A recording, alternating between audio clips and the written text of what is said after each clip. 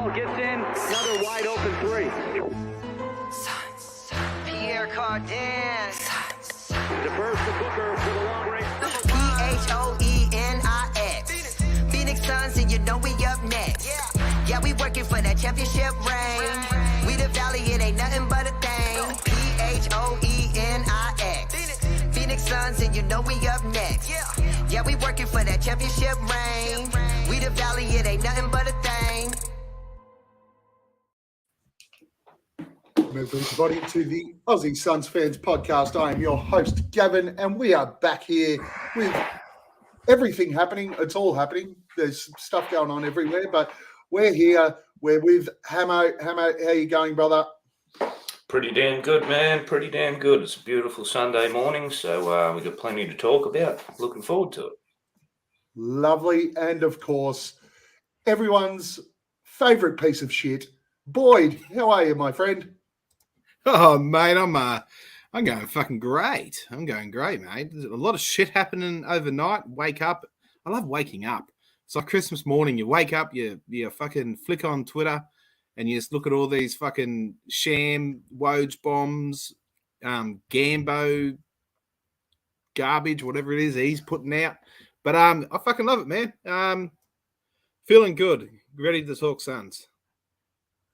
Good to hear. Good to hear. There's plenty going on. Thanks to those that are already in the chat. Just as a heads up, we will be doing questions without notice later. So if you do have any questions that you want to throw up, please make sure you do throw them in the chat and we will come back to them later on. Boyd is, as per usual, freezing in and out and being a pain in the ass, just in general. But that's what he does every single show. Let's get stuck in. Well, before we do, like, subscribe, do all that shit on YouTube. Make sure that we continue to get our name out there, and we appreciate everyone's support when you do so. Gents, it's that kind of week. Where do we want to start? Do we want to start by talking a little bit of the upcoming draft, or do we want to just get stuck straight into the news from today?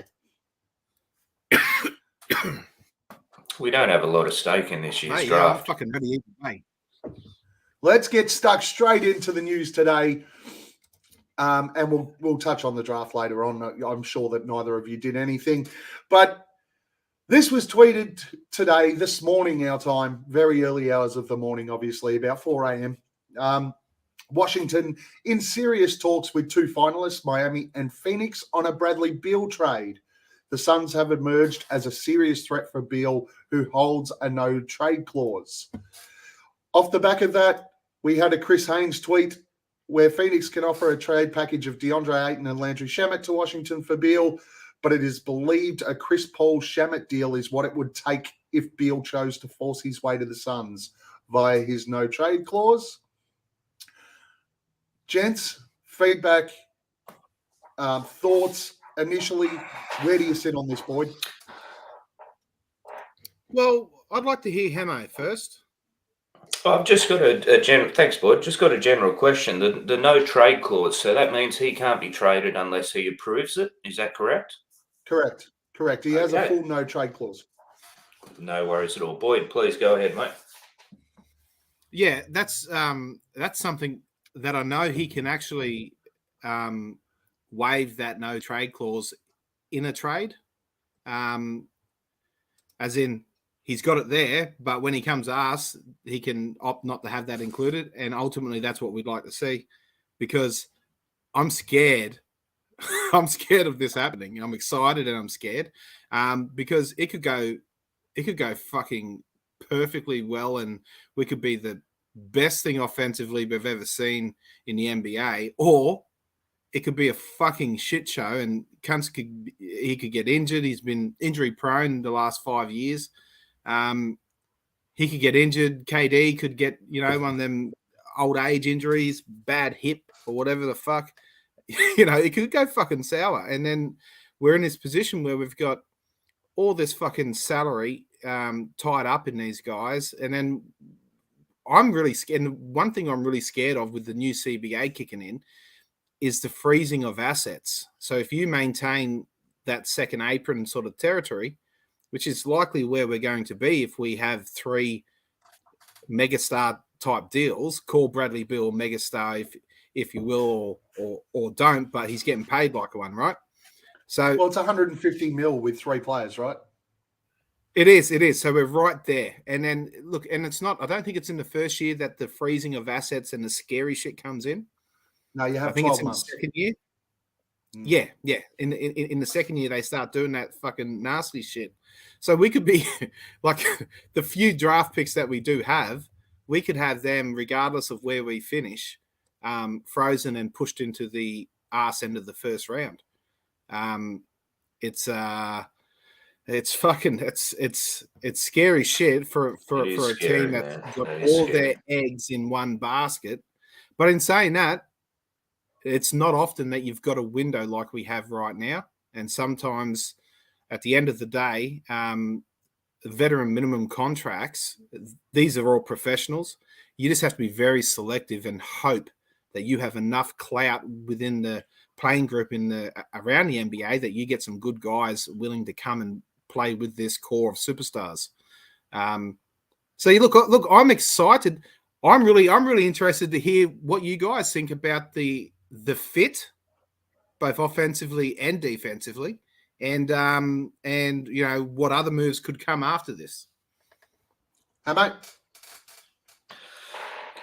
Man, everything you said's spot on, Boyd. It is scary territory. We don't want to be stuck with someone that may have a no trade clause kind of thing.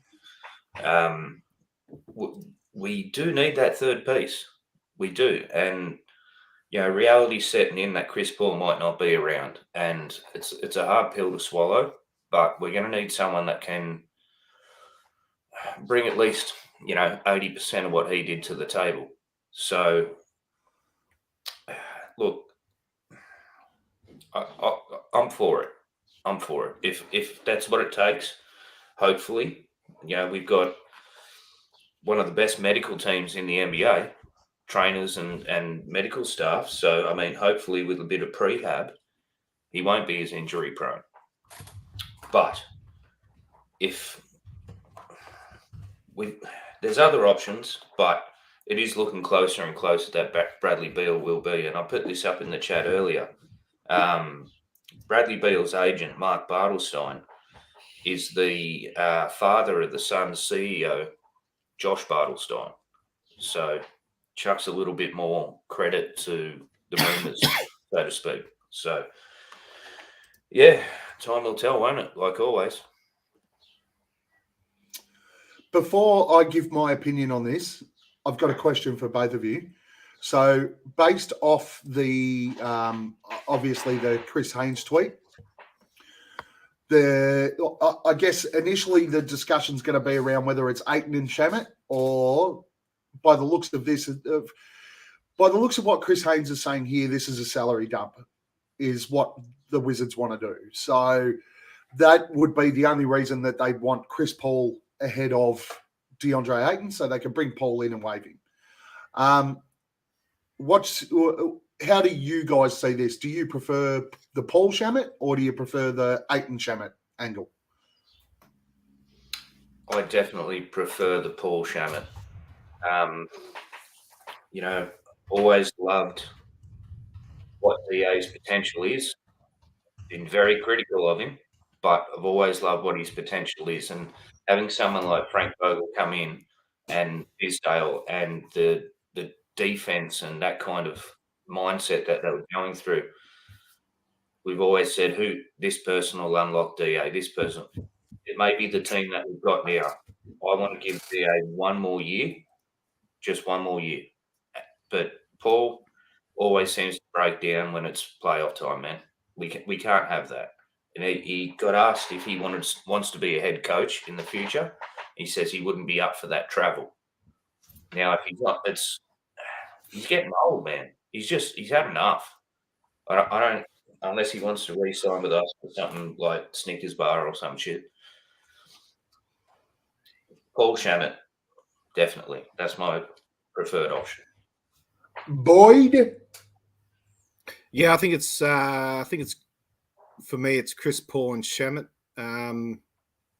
Just because we've got so much. I think there's so much more potential for DA to have trade value elsewhere, and us, if we are looking at trading him eventually, there's a bigger return there for DA, and ultimately, I mean, Chris Paul, it's now or never. Like, do we want to loop back around and have his same conversation when he's 39, 40? I mean, the return for Chris Paul, it just dwindles the longer that we leave it. So it's really got to be Chris now Paul. or never, isn't it? And we get off of Shemet. Jesus Christ, we get off of Shemet for a year. No, I mean he's not that. That's contract for Shemet is non-guaranteed after this season, so it's not too. Again, it's it's salary dump, right? Yeah. But is it Gavin? Well, no, actually, Gavin, you go and have your little rant on the Bradley Beal stuff. So, look, I'm with you guys. I think if the deal's going to get done, it should be the Chris Paul, Landry Shamet thing. And again, I'm going to go off the back of exactly what you said, Boyd. I still think that both Chris Paul and DeAndre Ayton get traded, particularly if this happens, because the pieces that we need to put around those three would be done via a DeAndre Ayton deal. We're not going to do it with just veteran minimum contracts. We need to go out and get something else. So I could certainly see that an additional DeAndre Ayton type trade would happen. John, fucking always coming in here causing trouble, you are. My opinion is I don't like the deal. We're already trading. We'd be getting rid of the Chris Paul contract, which is great, but we're bringing in a contract that really ties our hands. The biggest thing that everybody spoke about last year was the lack of depth that we had around Booker and KD. This isn't going to fix that. It's just going to give us another player who can hit some mid-range jumpers, and he's certainly a better three-point shooter, and he's going to be able to provide assistance in spreading the floor, but he has his own injury concerns, along with KD, Book, and Hammo. You mentioned the injuries before. Look, anyone can break down at any time during the season. So we've just got to look at it as the fact that he may come in and be healthy and be okay. But for me, it's just a massive amount of money to swallow for a significant amount of time. If it works, I'd be stoked. I'd be absolutely rapt to see if it worked. Because the fact of the matter is, as Suns fans and all of our friends over there in Phoenix and in the US who follow the Suns, we're just at this point now where we just want a title, right? So if Beal comes in 1 year of a healthy Beal, healthy KD, healthy everything else, and we win a title or two, fantastic, then it's well worth the trade. But as Boyd said, there's a risk now of assets being frozen. There's just so much risk. Can you mute one of those, Boyd?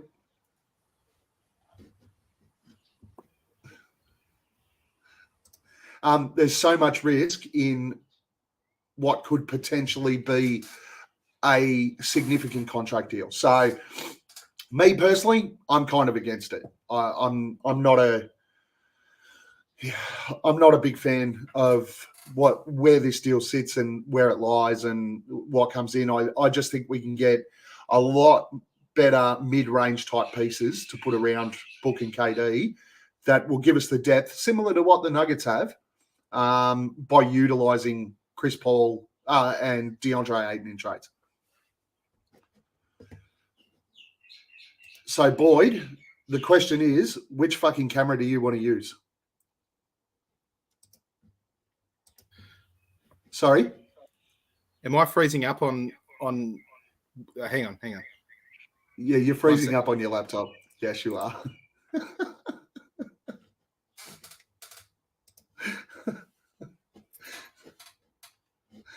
Oh, goodness gracious. This is great podcasting right here. Boyd, unmute yourself. Hurry up. Get yourself settled. Any comments from either of you on that? Any rebuttals that you'd like to make?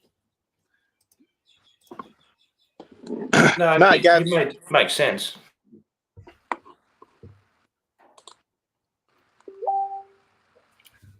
Boyd's just basically ruined the entire fucking segment here.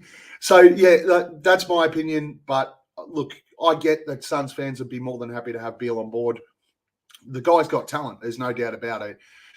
If he comes in, we see a return to point. Well, we probably see a full-time point book with a mixture of Book, Beal, and Durant bringing the ball up the court, and us now playing without a traditional point guard. So, Yeah. So, guys, are you receiving my transmission okay right now? Can hear the birds in the background, mate. It's beautiful. Yes, Boyd, we can. Awesome. That's good. We've got.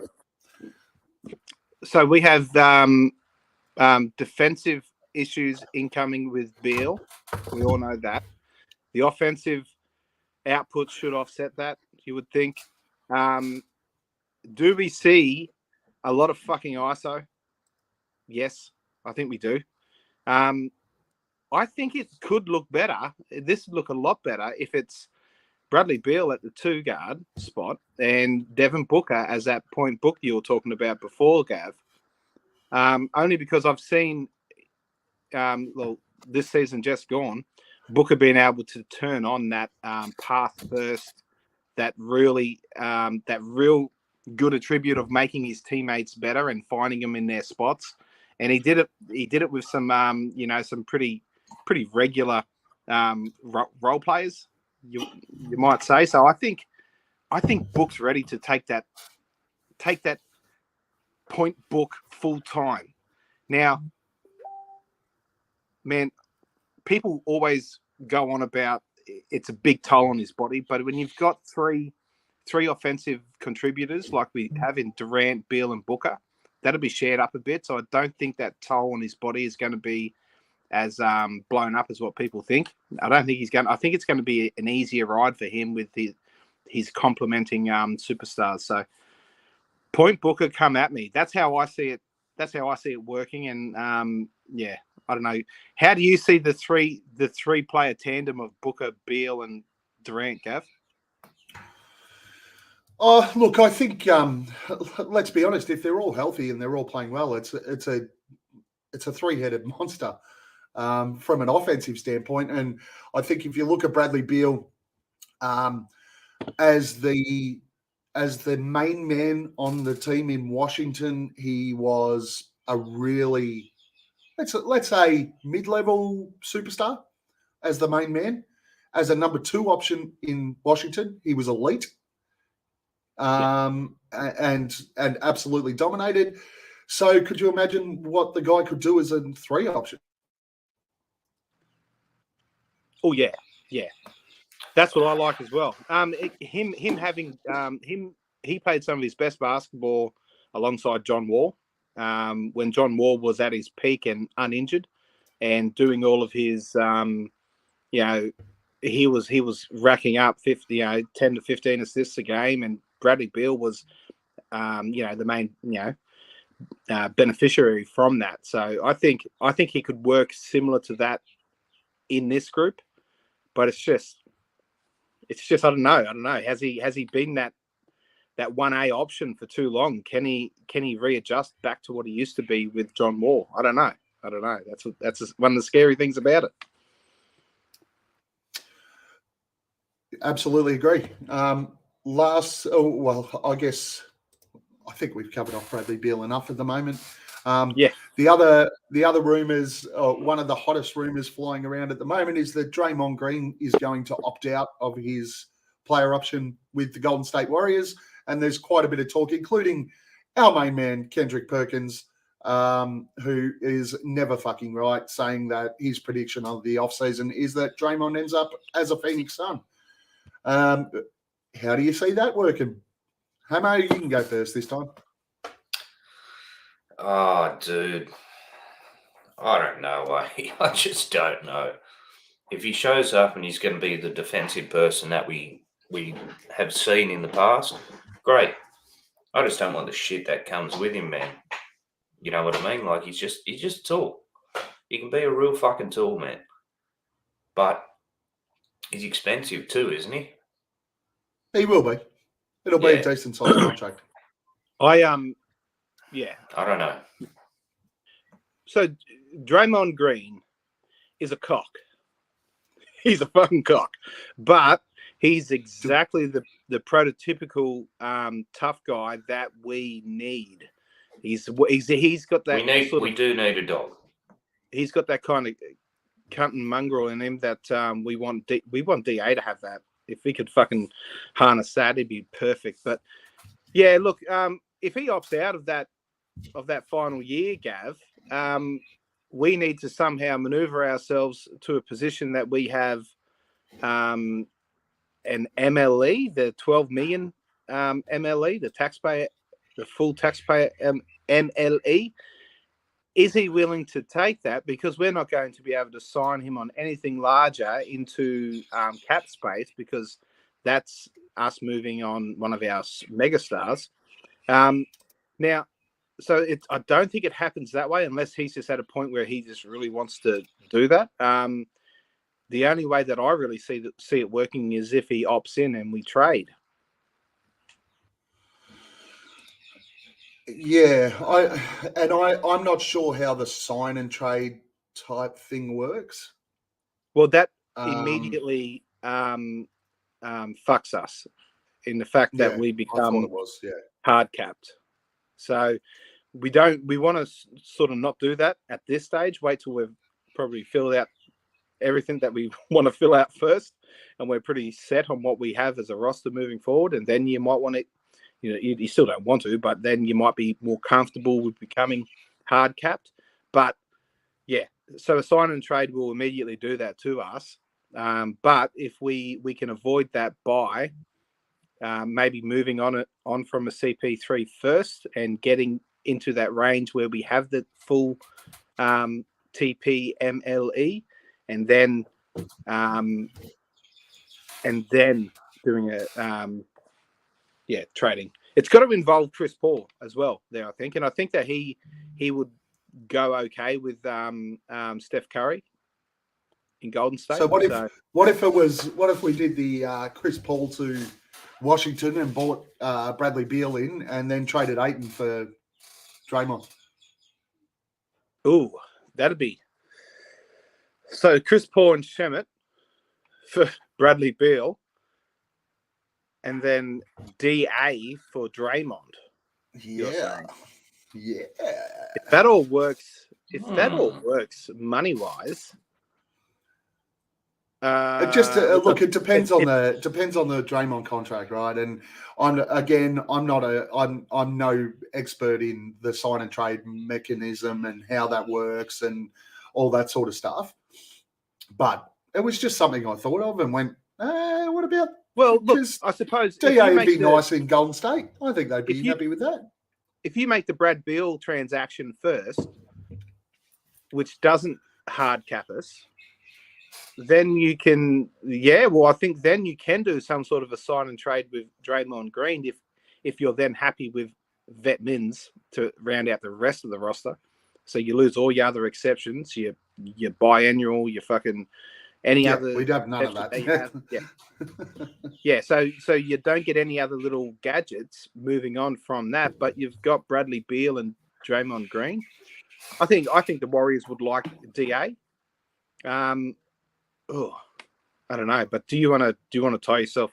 What does Draymond Green want? Like at this stage, he's 34, 35 year old. Currently on 27 and a half. So I'm not sure what the max. He's going to want at least DA type money. If he's wanting the max, like Brad Beal type numbers, you tell him to fuck off and go break down. But he wouldn't qualify for that, would he? Leaves us without a center as well. I think he's been in the NBA long enough that he's got that. Dependent on years, you qualify for a higher pay grade. I think he's been in the league long enough to get some of that big money. So it's well up into the 30s that he's eligible to get. It's just if it gets too far past what DA's already getting for multiple years, I'm very sheepish on Draymond Green. But if it's only a short, maybe a 2 or 3 year contract at around about what DA's on, I'm a bit happier with that. But yeah, no, it's really fucking like I said, we're in scary territory with what the cap cap is going to be able to do to us building our roster in the future. So it's fucking hard to say, but that would look really cool, Gav. Bradley Beal, Devin Booker, fucking Kevin Durant, Draymond, and then we just find a free agent center. At that point, Or a cheap one. I'm just wondering, could you? And I think there's rules that say you can't do this. Could you? I want Brook Lopez, but he's not taking anything. There's no chance under. He's not taking any. I think you can get him on in the right situation. I think you can get him for that 12 million MLE. But yeah, he's going to be out.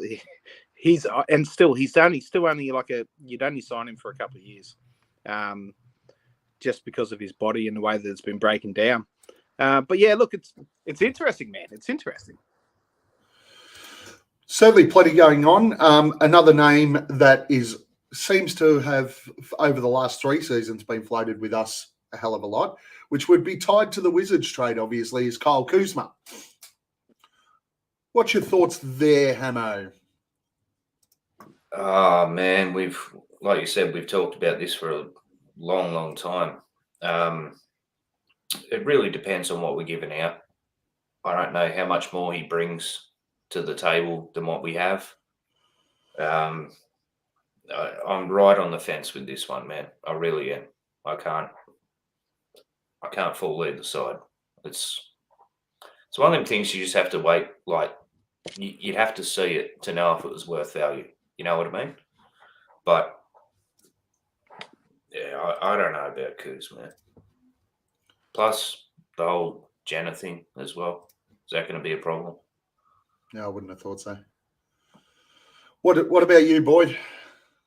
Kuzma, as long as he leaves his fucking wardrobe in Washington, he can fucking keep all that shit over there.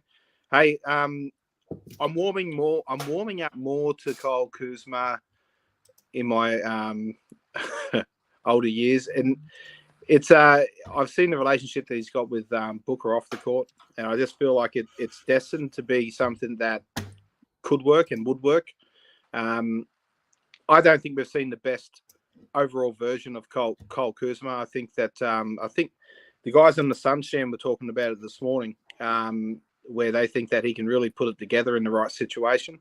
I'm pretty sure it was them, unless it was another pod I was listening to. But yeah, look, I think that it could definitely work here. And again, he's not going to have anywhere near the pressure that he's had in previous situations. And he'll be set up to succeed a lot better in Phoenix. But the problem is that ultimately he'd have to opt into that deal, and he's already opted out. I'm pretty sure he's already opted out, has he? Yeah, I believe so. He's going to get more than 13 makes million. Things interesting, isn't it? It's another one of those sign and trade things. If there's the again, can you include an additional sign and trade within an existing deal? I think you can. Yeah. So I mean, there's the potential there that there's the potential there that that he could. And John's saying he has not opted out yet. There's the potential there that he could. We could look at Ayton and Paul going into Washington, and it brings back a Kuzma and a Beal. Yeah. Okay. In that case, yeah, I'd fucking do it. I'd do it. I'd like some fucking draft compensation coming back, though, given that we're taking on all that salary and we're giving them a future cornerstone in Ayton. So yeah, I'd like a bit more, but I don't want to get hard capped over fucking Kuzma. So I'd want him to opt in and take that last year. I think it's 13 million. I think Voida was talking about it. Yeah. I'd like him to take that hit because he can get more than that out on the market. He can go and get 20 to 25 elsewhere in the open market. But if he really wants to play and win a chip, I'd like him to opt in so as it doesn't hard cap us and fuck us in the ass moving forward. There's the other options, and if we put aside the Bradley Beal stuff, the other options that are out there is obviously dealing with these teams that are trying to get themselves out of cap issues. One of those being the Atlanta Hawks. Now there's obviously been a lot of discussion about John Collins. We've spoken about it enough, but the rumours are still there. The interesting one is that there is, I read a tweet last week. I didn't snip it, and I should have. But there is talk that DeJounte Murray is available for the right deal with the Atlanta Hawks. What would your thoughts be around a DeJounte Murray deal? And I believe it'd be a similar setup to the Washington thing, where basically the Hawks will look to bring salary into dump. Man, DeJounte Murray, just miss me with all the John Collins stuff for right now. If we're absolutely desperate, I can get with it eventually. I just don't want John fucking Collins on his type of money. But now that DeJounte Murray is being talked about, if there's a roadmap to using, one of them main two contracts we have in DA or Chris Paul, I fucking do it. I don't blink twice. DeJounte Murray is a perfect complementary two-way, lengthy, long guard that is just really, really working well with what we have right now.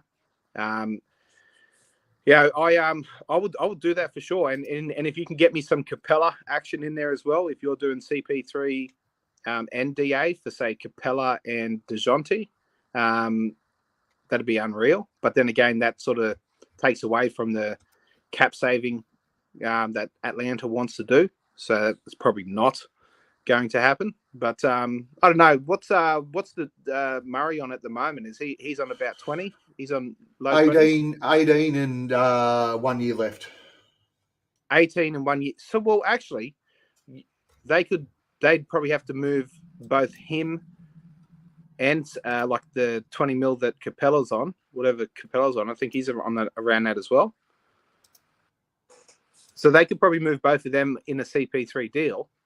But would they do it? I mean, the amount of talent coming back to us far outweighs what CP3 does, regardless of the cap savings that they're going to get by waiving and stretching CP3. So, but John Collins dunks. Fuck, Coda. You're supposed to be a DA stroker. We're good with layups, bro. Hammo, thoughts?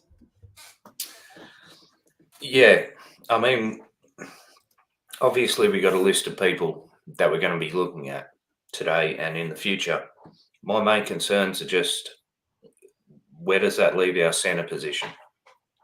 We can add all the wings, we can add all these other pieces, but clearly by, you're only as good as your last match kind of thing. The team we have to beat is the Denver Nuggets. So we're going to need a strong centre, a very, very strong centre. So, I mean, a lot of these names that we've got here, I don't know, man. We give away DA, who has the potential. We need to be focused, in my opinion, closer on the centre kind of role and position. Just, we need to keep that in the back of our minds when we're giving away our trade pieces. So you wouldn't be all for getting DeJounte if it meant giving up DA? Is that what you're saying? I need to know that there's something going to happen at our centre position before I commit to any other kind of thing. You know what I mean? Because if we give up DA, we get DeJounte, wing guy, great 3-and-D kind of person, player. Well, in this, if it was just a straight up CP3 for DeJounte, and it was just a simply Well, a that wave wouldn't and work stretch. anyway, numbers wise. Yeah, it wouldn't. All I'm saying is I'm hesitant to let go of DA without knowing what we're going to replace him with. That's all. And that's sure. That's fair. But as far as I'm concerned, if we can get a Brook Lopez on an MLE, and I still think that's doable, Gav. Regardless, I know you're going to say, it doesn't fucking happen, but if the move that we make gets us back into that bracket to having that exception, that 12 million exception, I think you can address the centre position with that. I really do. And in that previous move, if that's getting you back a DeJounte Murray, it's worry about the fucking centre later. I'm happy to throw fucking any one of the veteran bigs that are out there fucking at the fucking Joker. What we've just seen, the Joker, it doesn't matter who you fucking throw at him. One of the best defensive centers, Bam Adebayo, doesn't fucking matter. He still gets his regardless. It's more about you're not stopping Jokic. Yeah. It's not stopping. You need to put up a fight. Yeah, no, let him. Yeah, anyone can put up a fight. Just let him get his, and make sure that you have the surrounding pieces to do a number on his the guys who are out there dropping the Jamal Murrays, the Michael Porter Juniors, the Bruce Browns. If you can shut up the rest of that Nuggets team, Jokic is going to get his regardless. So that's why I don't think that we need that big quite as much as you do, Hammo, that superstar big. But yeah, I can see why. I think the challenge with the DeJounte Murray thing is his contract, right? His contract's a really, really difficult trade for us. At 18 million, it basically takes out, and same with Capella. He's only at 20 million. Trading those two for Chris Paul and DeAndre Ayton, great, let's do it. But the numbers just don't match up. And effectively, there's only one way a DeJounte Murray to the Phoenix Suns thing happens, from my perspective, and that's if a third team's involved, because the Atlanta Hawks just gave up a shitload of first-round picks for DeJounte Murray, and they're not trading him out without that compensation in return. Yeah, true. Now, they will certainly trade him out so they can get a salary to dump. So there's the potential there that somebody is willing to take a DeAndre Ayton on board, maybe a Indiana, who would be more than happy to ship off a couple of first-rounders that we can include in a trade for DeJounte Murray. But realistically, that's the only way it's happening, because effectively they can trade us Murray and Capella for Chris Paul. Yeah. It just doesn't or Chris Paul and Landry Shamet. So it's kind of, it just doesn't line up. I think that's a really, really tough trade from a contract perspective for us to try and make. Yeah. Unless Atlanta was miles under the cap, then that'd be much easier. But do we really need to make it work for the other team? Can't we just do what we want and just fucking just tell them to be happy with it? Yeah, I think we can turn on forced trades.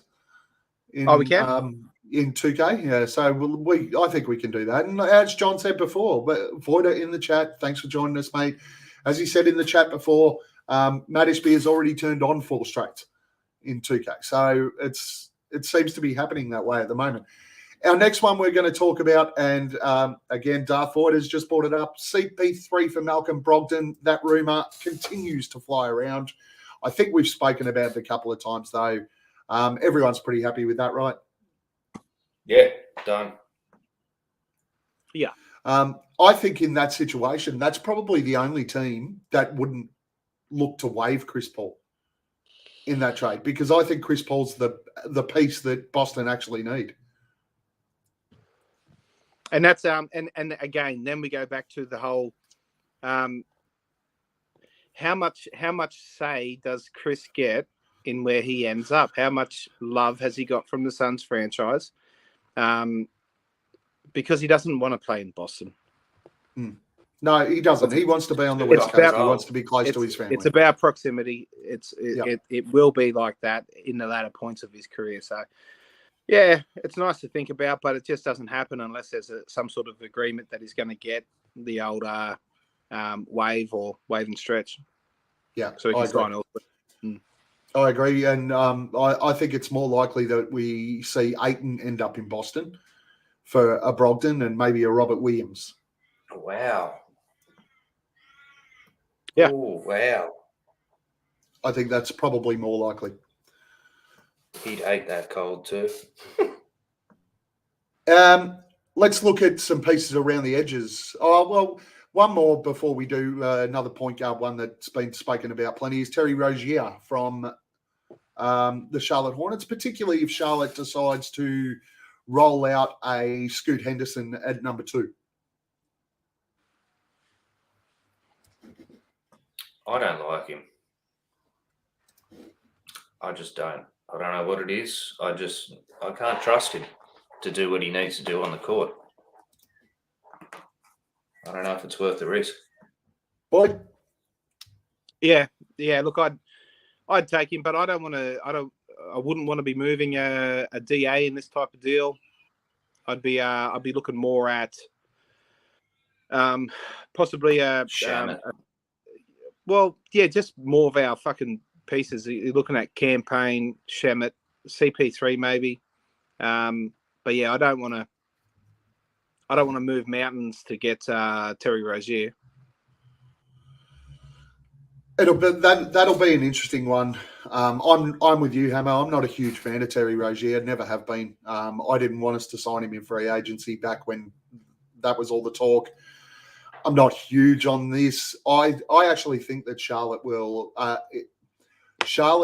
trade too. I think they'll trade it to the Pelicans. And I think that Zion will end up in Charlotte. Or Brendan Ingram. No, that's basically all the news that's coming out. Windhorst said today that Zion basically has zero relationship with the organisation or his teammates at the moment. I think it's almost inevitable that Zion gets traded. We've all read about his relationships. Yeah, that'd be cool. But I saw something from the other side saying that the Hornets would be interested more so in Ingram over Zion. How much that wouldn't surprise me. Yeah. That wouldn't surprise me at all. But they might be doing the whole talk down the value of the piece that they really want. Yeah, that's right. And if you're putting Zion Williamson next to LaMelo Ball, if Zion could stay on the floor, that's a hell of a fucking duo. That's the question, isn't it? If he can stay on the floor. Yeah, that's right. And look, if the Pels, the Pels are looking for a point guard, right? So they'd be more than happy to move Zion for Scoot Henderson and bring Scoot in so that CJ can play off ball. So that wouldn't surprise me at all. Looking at some pieces more around the edges, Royce O'Neal from the Brooklyn Nets. Little bit of talk around the Suns and the potential of pursuing a Royce O'Neal. Boyd? Yeah. Oh yeah. Look, what is he? Is he signed? Is he got another year left on that? Was it 5.9 million or 6 million? 9.5 he's on. 9.5 million. Yeah, with 1 year left on 9.5. Oh, yeah, do that. I mean, are we getting rid of Shemet to do that? I think that's sort of where the deal sits, but it's going to end up with draft picks as well, right? Yeah, man, I'd trade Shemet out for Royce O'Neal. He's a sizey wing, 3-and-D guy. I like him. He hasn't had that much burn with Brooklyn. But yeah, no, I'd fucking do that. I'd do that. How many picks? Are you talking about our one of our second rounders? Yeah, or a pick swap. Fuck, I don't know. But yeah, no, look, I'd get with Royce O'Neal over Shemet for sure. Or we can trade Cam Johnson, Mikal Bridges, Royce O'Neal, and four first-round picks to the Suns for Kevin Durant. Oh. No. Look at you, boy. Actually thinking about getting rid of KD. Fuck hell, you're an idiot. The other Brooklyn net that's interesting, but it'll be more around that vet minimum type contract, free agency rather than trade. but a bit of talk around it, so I wanted to bring it up, is Yuta Watanabe. Yeah, the talk is obviously he played comes- with KD. Yeah, he comes as a vet min signing, from what I read. Yeah. What are your thoughts on him and look, pursuing him as a free agent? yeah, I'd see him as a complementary move to the bigger one that we do with our star trade pieces. But yeah, look, yeah, it doesn't really move the needle, but I don't think he'd be a massive detriment to what we do. He's a what is he, about 6'9", 6'10"? Not quite that 6'8". tall. I think he's a little bit short. 6'8". Yeah, 6'8". 6'8". But he's a bit of a But he can be a bit of a flamethrower from three. Yeah. No, I'd again, if he's coming on the minimum, I don't want to put any of our exceptions into a guy like that. But yeah, no, I'd take him for sure. Hey, mate. Yeah, I like it. I do. Yeah, we're lacking in bigger guys that can actually use the ball. So, KD, yes, he's a giant, but I mean bigger as in size.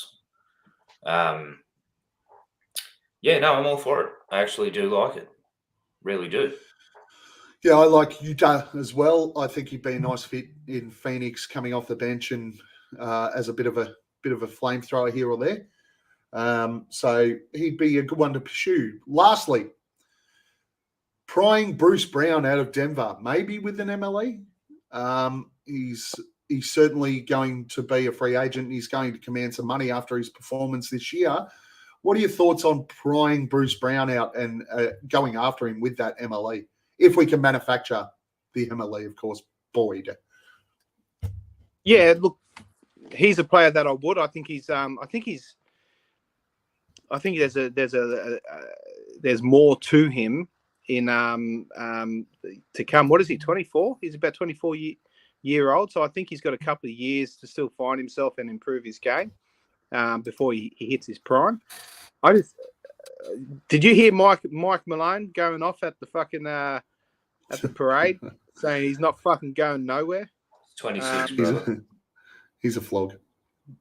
Yeah, I think Mike Malone's been strutting around like, and look, he's got the right to strut around like a fucking tool bag. But dude, you're the fucking coach of that team. You're making yourself out to be a bit of a fool at the moment. I fucking loved that speech that he had on that parade. I love the way he sounds. He's fucking rugged. He's husky. He's he's not. He yells for fucking an hour and a half every night. Yeah, no, I don't mind Mike Malone. I think he's a player's coach, and he's fucking the fact that he's saying all that shit about Bruce Brown when every other talking head has been saying that he's definitely leaving, but he's he's doubling down and wanting to run it back. I like it, and I think that Bruce Brown, there's a chance that he stays to be a part of that group. But anyway, yeah, no, I'd take him. I think it's a Bobby Portis situation, right? Where there's certainly a high chance that he probably takes a little bit less money and stays in Denver. Yeah. But yeah, look, I'd take him if we could get him for sure, Gav. Hey, mate. Yeah, definitely. I mean, with championships under your belt, there's I would assume, I don't play professional sports in case anyone was curious, there's a bit of weight off your shoulder. You know what I mean? It's like, yeah, you've got your chip. You've been the best. Now it's more, to me, it'd be more about enjoying it. So if he feels that he would enjoy playing in Phoenix, I'd be more than willing to give him a shot. Hell yeah. The championship mindset and pedigree that comes with these players that, we've only got, top of my head, we've only got one person that's won a chip with us, don't we? Playing for us right now, KD. Yeah. So the more experience and the more composure that comes with being an NBA champion and reaching that upper echelon. Yeah, man, all for it, 100%. As long as we don't lose too much, I'll be happy for it. Yeah, definitely. He's a go. That's about it. Unless you guys have heard anything else. Anyone else that you want to bring up to talk about quickly now? No, that I haven't really heard much else other than what you've been saying so far. So yeah, I think we're good. So the last thing I sort of want to throw in here, well, a couple of things as we round back to Bradley Beal, because we didn't show this before, but Gambo's come out and said he doesn't believe that Miami is interested in Beal, even though that's what's been reported, which is interesting because Miami was the other team in the KD trade, if you remember. So potentially they're just, I don't know, fucking the spider, getting themselves involved. This tweet here I've just read. Reports say that the Phoenix Suns are interested in acquiring Bradley Beal from the Wizards, something he would have to agree on since he has no trade clause in his contract. The question is, can the Suns win with Beal and Booker on the same roster? The answer is no, says an NBA scout. It looks like the same scout has said Beal is an upgrade from Booker. I don't know how Beal is an upgrade from Booker in any way, shape, or form. And the question is, are the Suns willing to flip him to Boston in exchange for Jaylen Brown and Marcus Smart, which would improve the Suns tremendously? So John obviously wrote this here.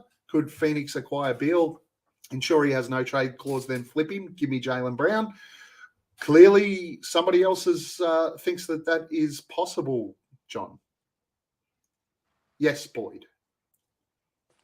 That scout, he must work for the fucking Kings or something. Them cunts have struggled scouting for a long fucking time. Now, no fucking way is Beal an upgrade over Booker. You fucking mate, are you fucking kidding me?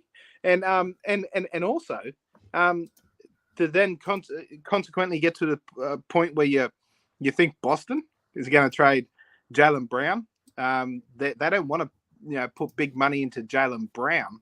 I'd take Jaylen Brown over Bradley Beal fucking 9 times out of 10. It's fucking absolutely insane that Boston would take Bradley Beal for fucking Jaylen Brown. Why wouldn't they just go and do that now? Why would they need us to fucking shimmy on from it? Fuck. Yeah, I don't know, man. That's these cunts have, look, I spent a little time on the trade machine and it sends you fucking crazy. After a little while, you get stuck in your own little fucking world. This guy's fucking, he's gone down that rabbit hole too far, and he's smoking his homegrown, isn't he?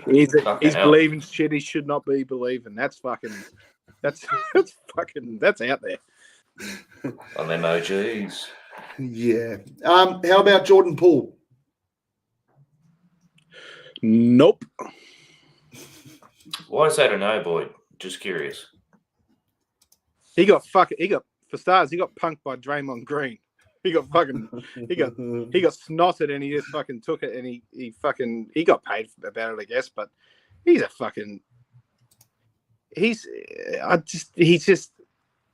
far too streaky. He's far too streaky. And you know what? Like there's with all the spacing and all the and the way that Golden State play, it's made him look good in patches. And it's got him to a point where he's got that fucking contract. But I just don't think. I think it'd be a similar. I just get like, you remember, was it Gerald Green? Who's that fucking ex-Suns player who was streaky as fuck, but could just Gerald light it Green up. Missing a finger. Throw it against the backboard, dunk his own shit. Yeah, Gerald Green. Yeah. I loved him. And I get Jordan Poole's, was good, man.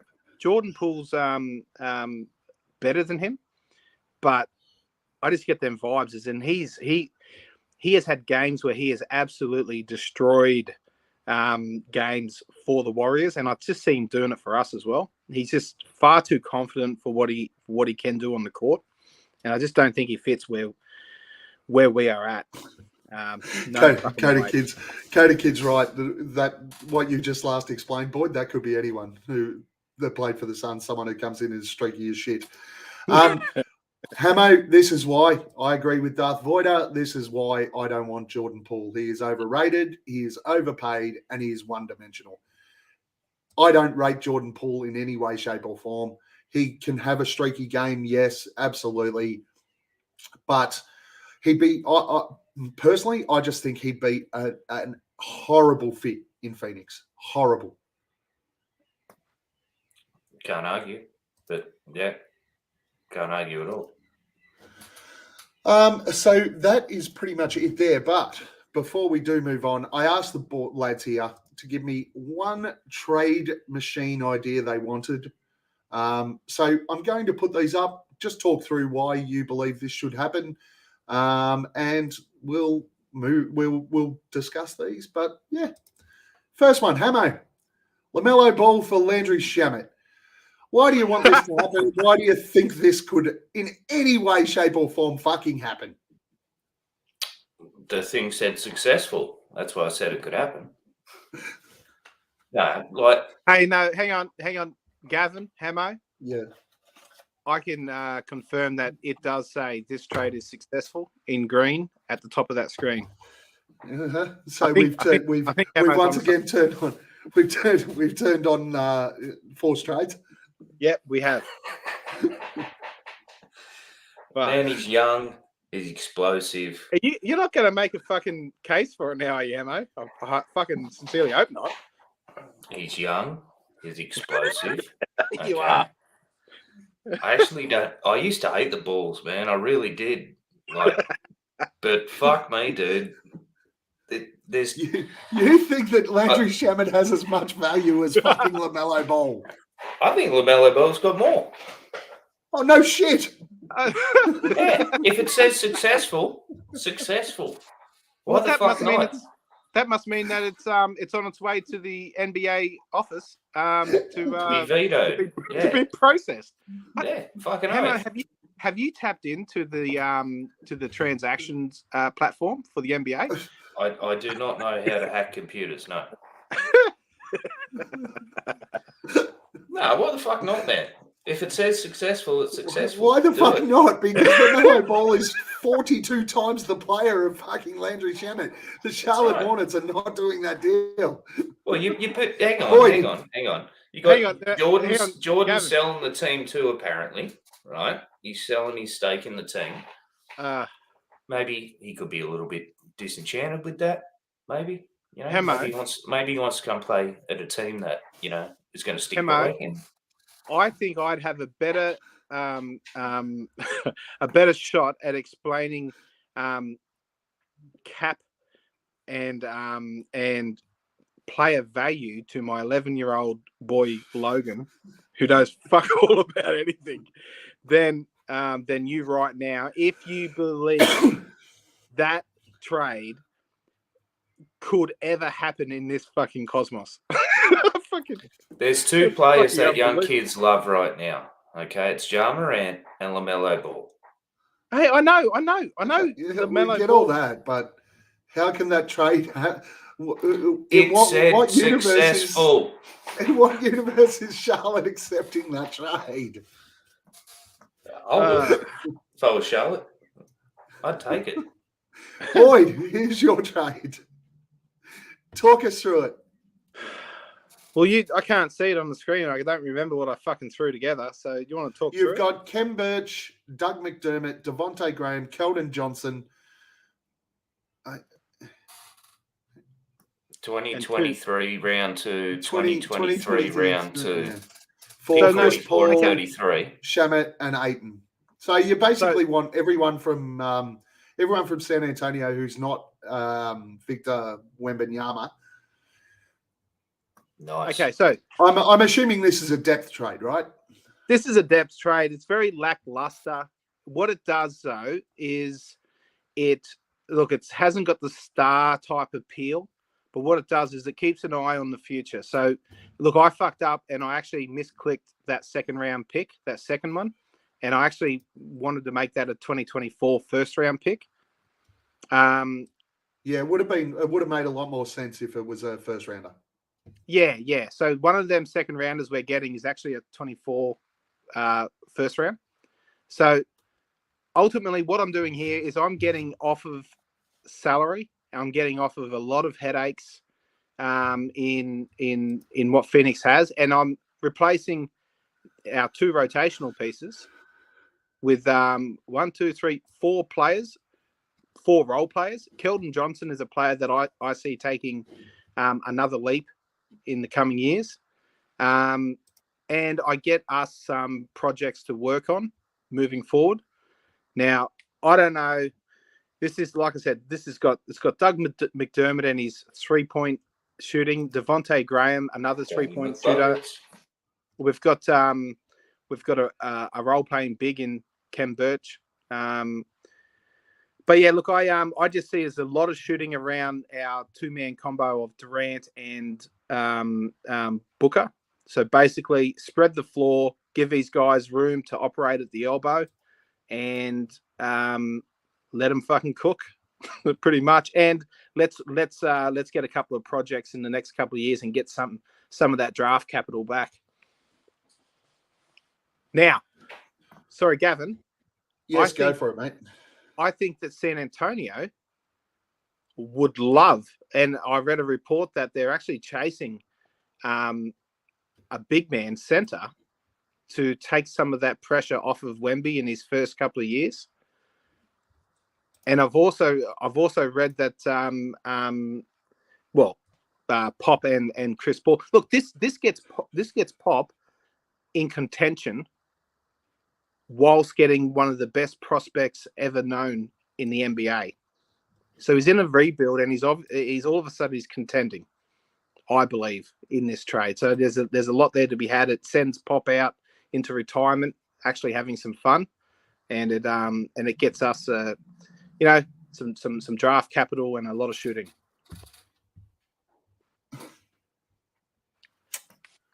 Still no LaMelo though.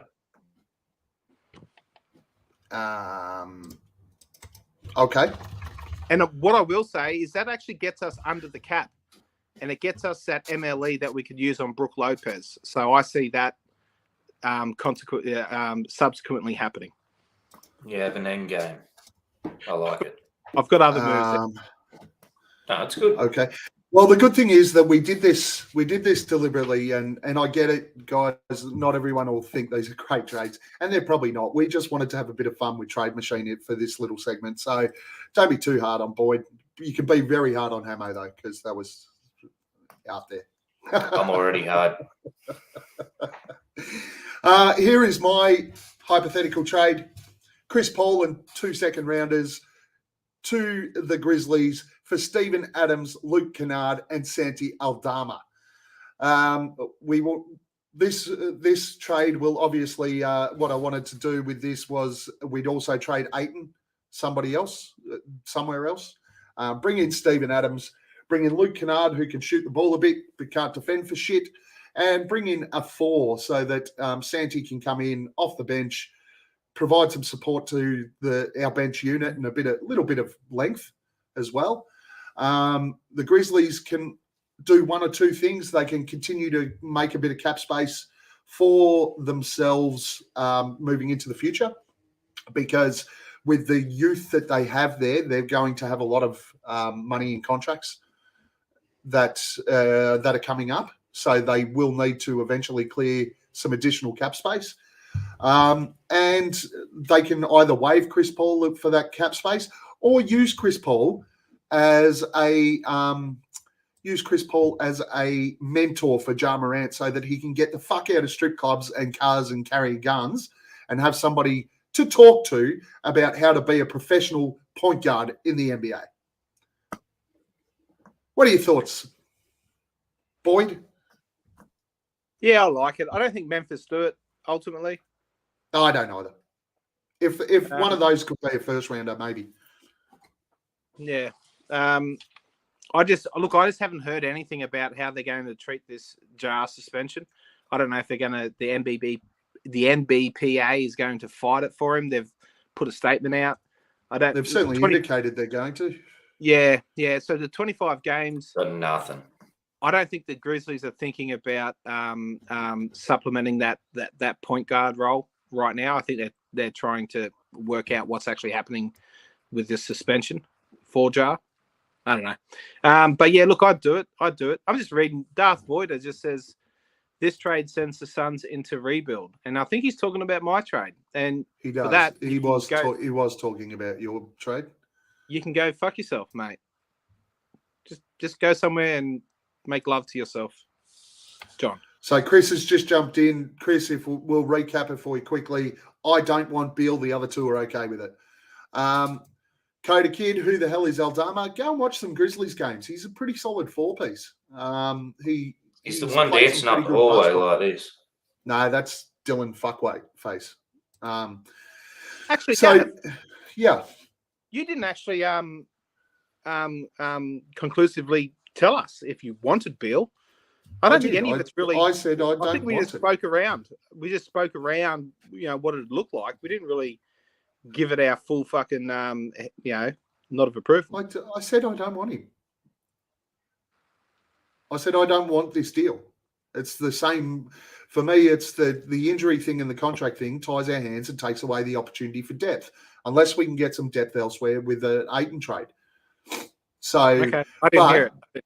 But then we threw up some different ideas. If you bring Beal in and you trade Ayton to Golden State, well, who knows? Then all of a sudden you got Draymond and Beal. That's nice, but you're still lacking pieces and you're still lacking any flexibility in the salary cap. And that's what I think we should be trying to avoid. I'd rather those mid-range pieces similar to what Denver did and bring in some of that.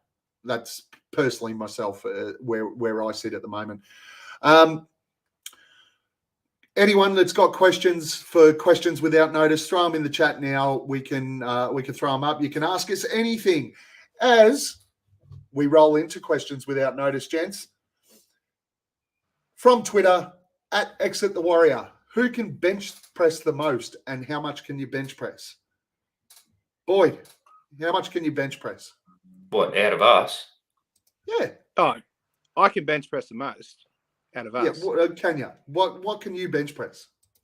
So I generally do reps of 12. And when I'm in a period where I've been, I work my way up from, I start at 50. Fucking hell, this is taking a hell of a long time to tell us how much you can bench press. If I was turning around and jumping on, how much can you bench press? What's the biggest amount you can bench press? I've been just up once. To 100.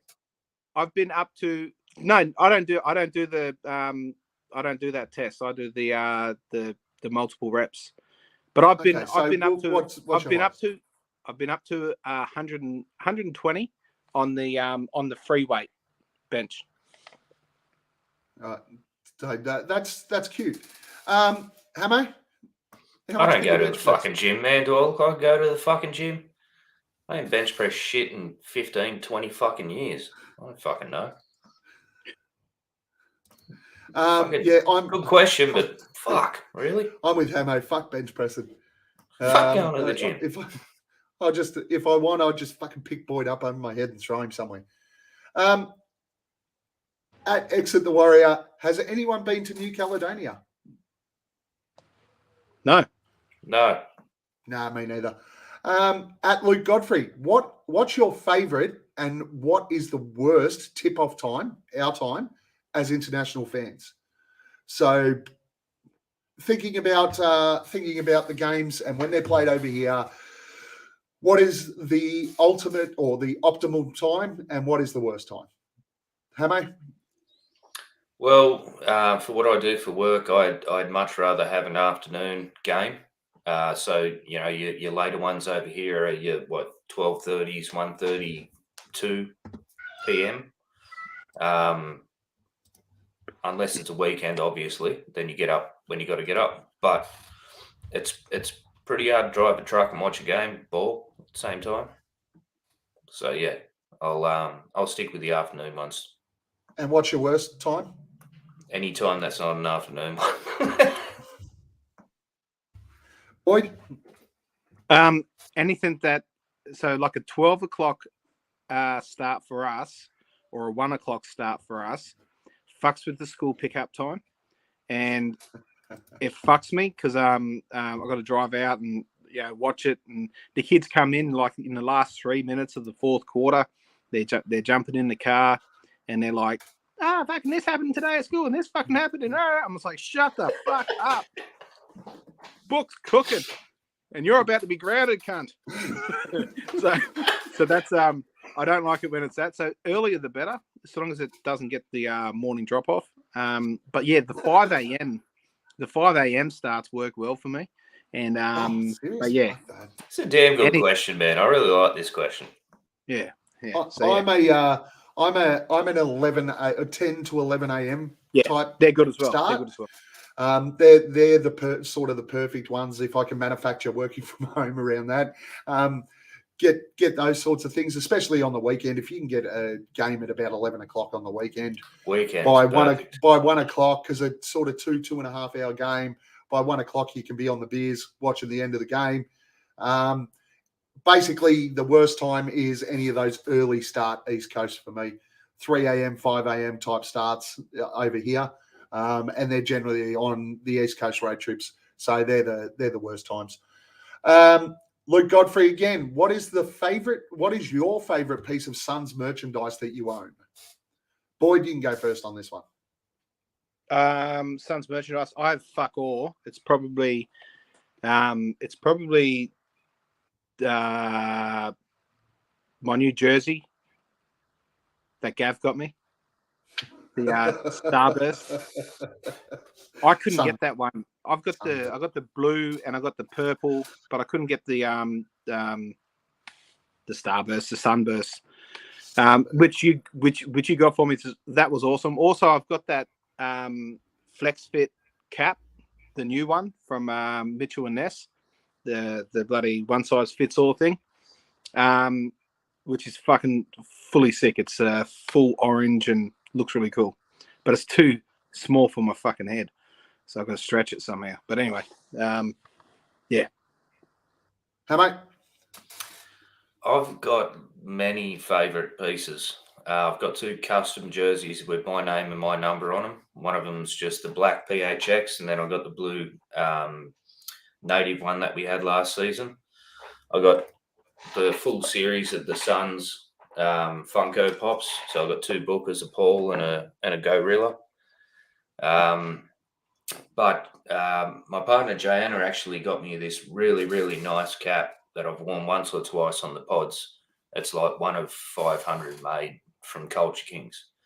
And it sits in a box in the room. It only comes out when we win big games. So yeah, but another damn good question, man. I like this shit. This is good. For me, my favourite piece of Suns merch right now is this jumper I'm wearing because it's fucking cold in Melbourne. That is fire too, man. Yeah, I love this jumper. It's pretty cool. So thank you. I got this from one of the boys off the Aussie Suns Fans page when he bought it, and it was no good for him. He sold it to me, which was great. I'm gonna cross over into memorabilia as well. So my favourite piece of Suns stuff that I have is actually my Charles Barkley signed basketball. I'm pretty fucking pleased with that. Beautiful. Damn good question. Boyd, you can't have it. It's mine. I'll steal it. Damn it. Luke Godfrey, one more question. I have no idea what this is, so hopefully one of you do. I don't know whether this is an actual thing or whether he's asking us whether we've seen one. But have you seen Koala Man? Now, yeah, Koala Man. Koala Man's a show on Koala Netflix. Man is. Yeah, Right. Koala Man's a show on Netflix. It's a cartoon. It's actually based in the town where I grew up, which is Dapto, which is really fucked because it's a shithole. But yeah, I have seen Koala Man. It's pretty fun. There you go. I clearly have not seen Koala Man. I have seen a koala, but not Koala Man. What about you, He Boyd? gets really upset with the garbage and stuff in the town, man. It's fucking hilarious. I've never heard of Koala Man, but I've run over a koala once. That was pretty cool. It was cool, was it? It was kind of scary, man. The car jumped. It was an old EA Falcon. Did you barbecue it up? Because we know roadkill. It's a delicacy over here. it was a hit and run, man. I got the fuck out of there. I The felt bad. Only country that kills and eats their native animals, Australia.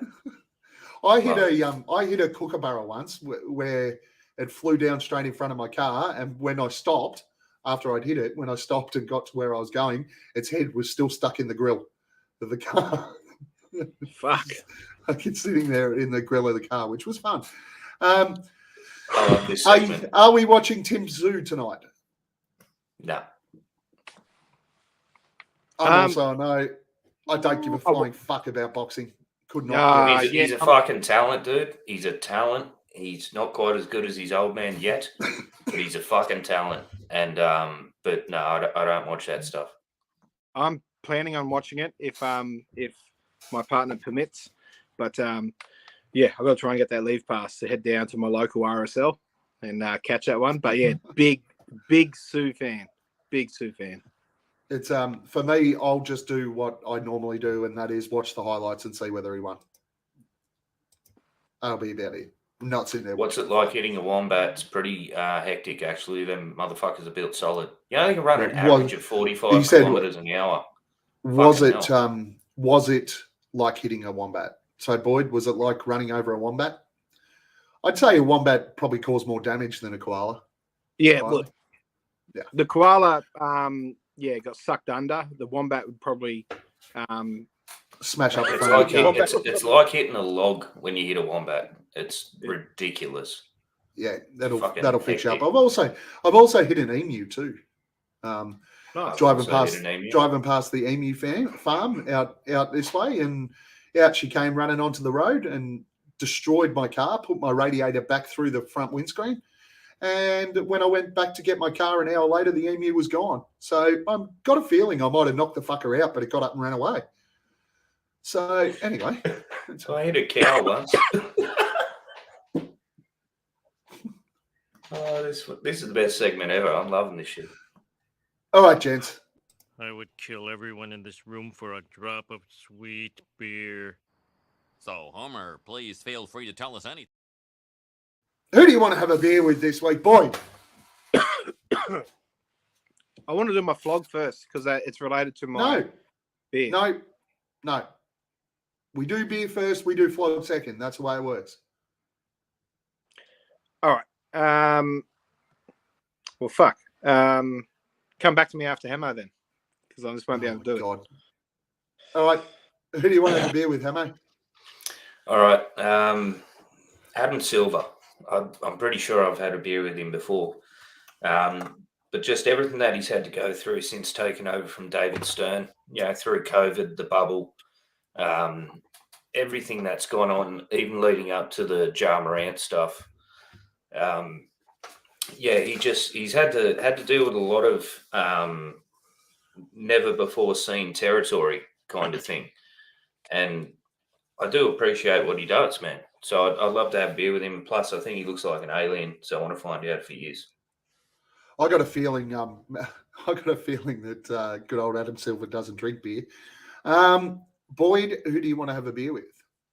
Well, I like GOD3, and it's Mike Malone. He'd be a good one to have a beer with at the moment. But I'll have a beer with CP3, and I haven't had a beer with him before. I probably could have on many weeks, but just for that insight on where he wants to be and how them discussions are going.